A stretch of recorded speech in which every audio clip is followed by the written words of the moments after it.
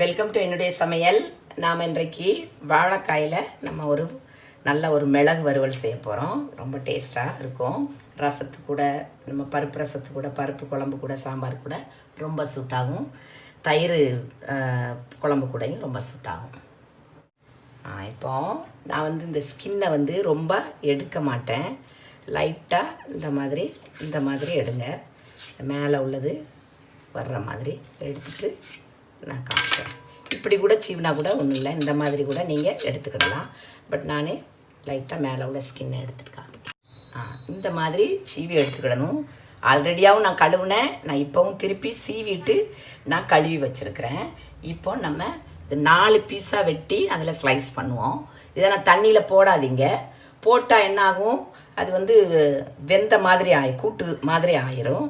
நீங்கள் தண்ணியில் போடாமல் பண்ணும்போது அது நல்ல வறுவலாக வரும். இந்த மாதிரி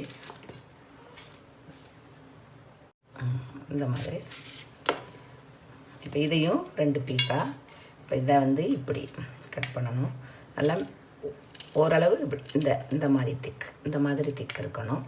ரொம்பவும் பெருசாக இருக்கக்கூடாது, ரொம்பவும் மெல்லிஸாகவும் இருக்க வேண்டிய அவசியம் இல்லை. இந்த மாதிரி திக்.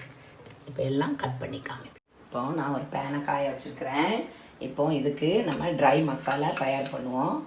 கடலைப்பருப்பு ஒரு 2 டீஸ்பூன், துவரம்பருப்பு ஒரு 1 டீஸ்பூன் போதும். நம்ம உளுந்தம்பருப்பு ஒரு 1.5 டீஸ்பூன்.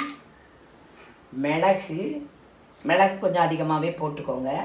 ஏன்னா ஒரு டீஸ்பூன் அளவு, ஒரு 3/4 டீஸ்பூன் அளவு போட்டுக்கோங்க.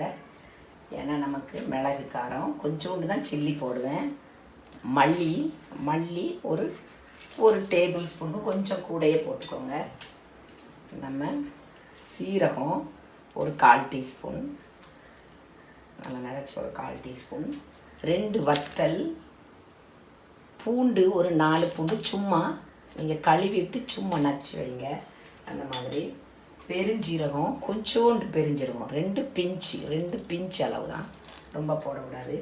இந்த மாதிரி இப்போ இதை நம்ம ட்ரை ரோஸ்ட் பண்ணிடுவோம். கொஞ்சம் கருவேப்பிலை, கொஞ்சம் லேட்டாக காயம் சேர்த்துக்கிடலாம். இப்போ லாஸ்ட்டில் இப்படி வறுத்துடணும். சுவிட்ச் ஆஃப் பண்ணிவிட்டு கொஞ்சோண்டு பெருங்காயம் சேர்த்துக்கோங்க. உப்பு சேர்த்துக்கோங்க கொஞ்சோண்டு. பிறகு நம்ம காயிலையும் சேர்த்துக்கிடலாம். உப்பு சேர்த்து அரைக்கும் போது இந்த மசாலா இன்னும் டேஸ்ட்டாக இருக்கும். இந்த மாதிரி கொஞ்சோண்டு மஞ்சள் தூள். இப்போ இந்த இறக்கிடும்.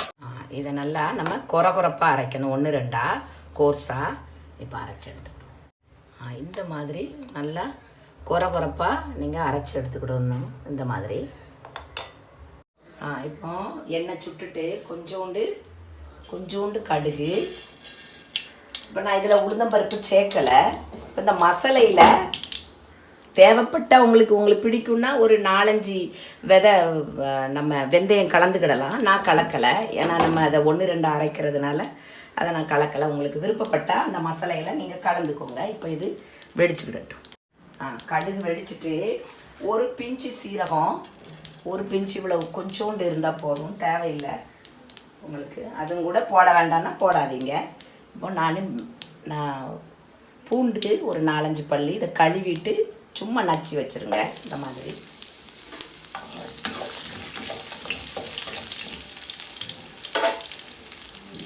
பூண்டு ரொம்ப வேகணுங்கிற அவசியம் இல்லை. கொஞ்சோண்டு ஒரு பிஞ்சு அதில் நம்ம மசாலையிலையும் கலந்துருக்கிற பெருங்காயம், ஒரு பிஞ்சு அளவு பெருங்காயம் கலந்துக்கிட்டு என்ன பண்ணணும், பூண்டு வேகணுங்கிற அவசியம் இல்லை, லைட்டாக பொரிஞ்சால் போதும்.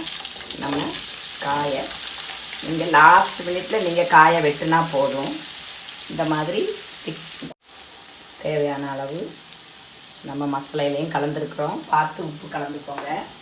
கொஞ்சோண்டு மஞ்சள் தூள்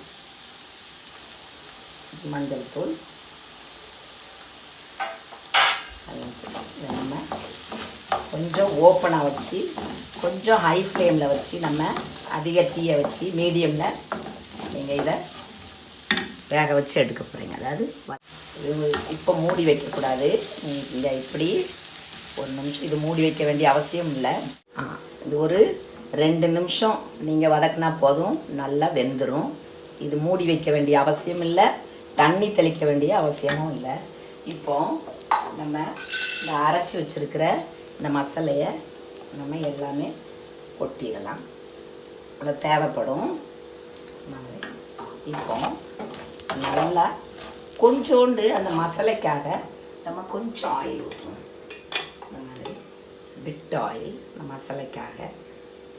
இப்போ இதை நம்ம திருப்பி ஹை ஃப்ளேமில் வச்சு நம்ம இதை ஜஸ்ட் ஓப்பனாக வச்சு 1 நிமிஷமோ 2 நிமிஷமோ நம்ம ட்ரை ரோஸ்ட் பண்ணி நம்ம எடுக்கிறோம். இந்த மாதிரி நல்லா கோட் ஆகும். இப்போ போதும். இப்போ ரெடி ஆகிட்டு சுவிட்ச் ஆஃப் பண்ணிடுவோம். ஒரு 2 நிமிஷம் நீங்கள் இந்த மாதிரி பிரட்டி எடுத்தால் போதும். இந்த மாதிரி நம்ம சர்வ் பண்ணிடுவோம்.